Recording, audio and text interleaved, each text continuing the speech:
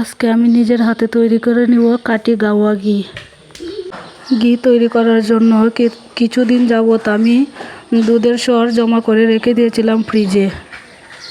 তারপর দুধের সরটা ফ্রিজ থেকে বের করে নর্মাল করে নিয়েছিলাম।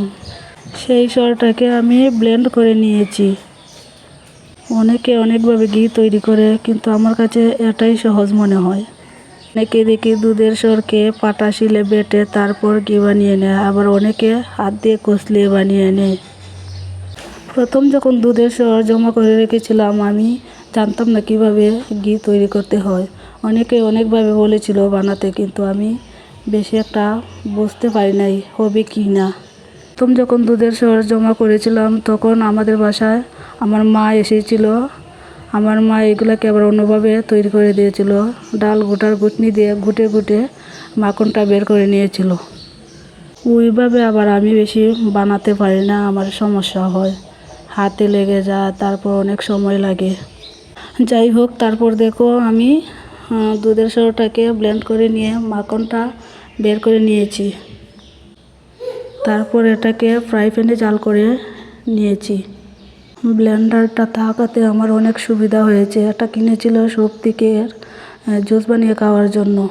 কোনো ধরনের ফল খেতে চায় না, তাই ভেবেছিলাম জুস বানিয়ে দিলে হয়তো খাবে, কিন্তু এটাও সম্ভব হলো না। ও ফলের গন্ধ নিতেই পারে না।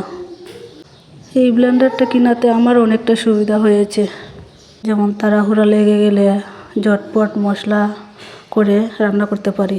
তারপর দেখো আমার ঘিটা কিন্তু অলরেডি তৈরি হয়ে গেছে, আর সেটাকে আমি একটা বয়ামে ঢেলেও নিয়েছি। তারপর আমি দেখো চানা কেটে নেব। ঘিয়ের জন্য মাখনটা তুলে নেওয়ার পর যে দুধটা রয়ে গেছে, সেটাকে আমি জাল করে নিয়ে চানা কেটে নিচ্ছি।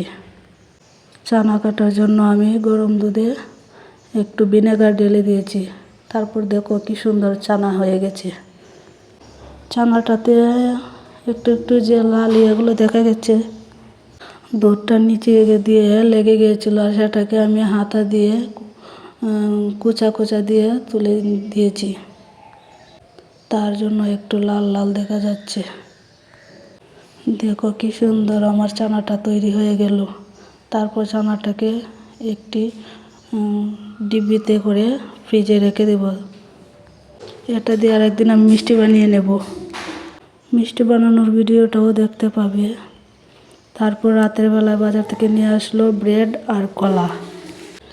এখানেই ভিডিওটা শেষ করে নিচ্ছি। পরবর্তী ভিডিও দেখার জন্য সবার কাছে অনুরোধ রইল।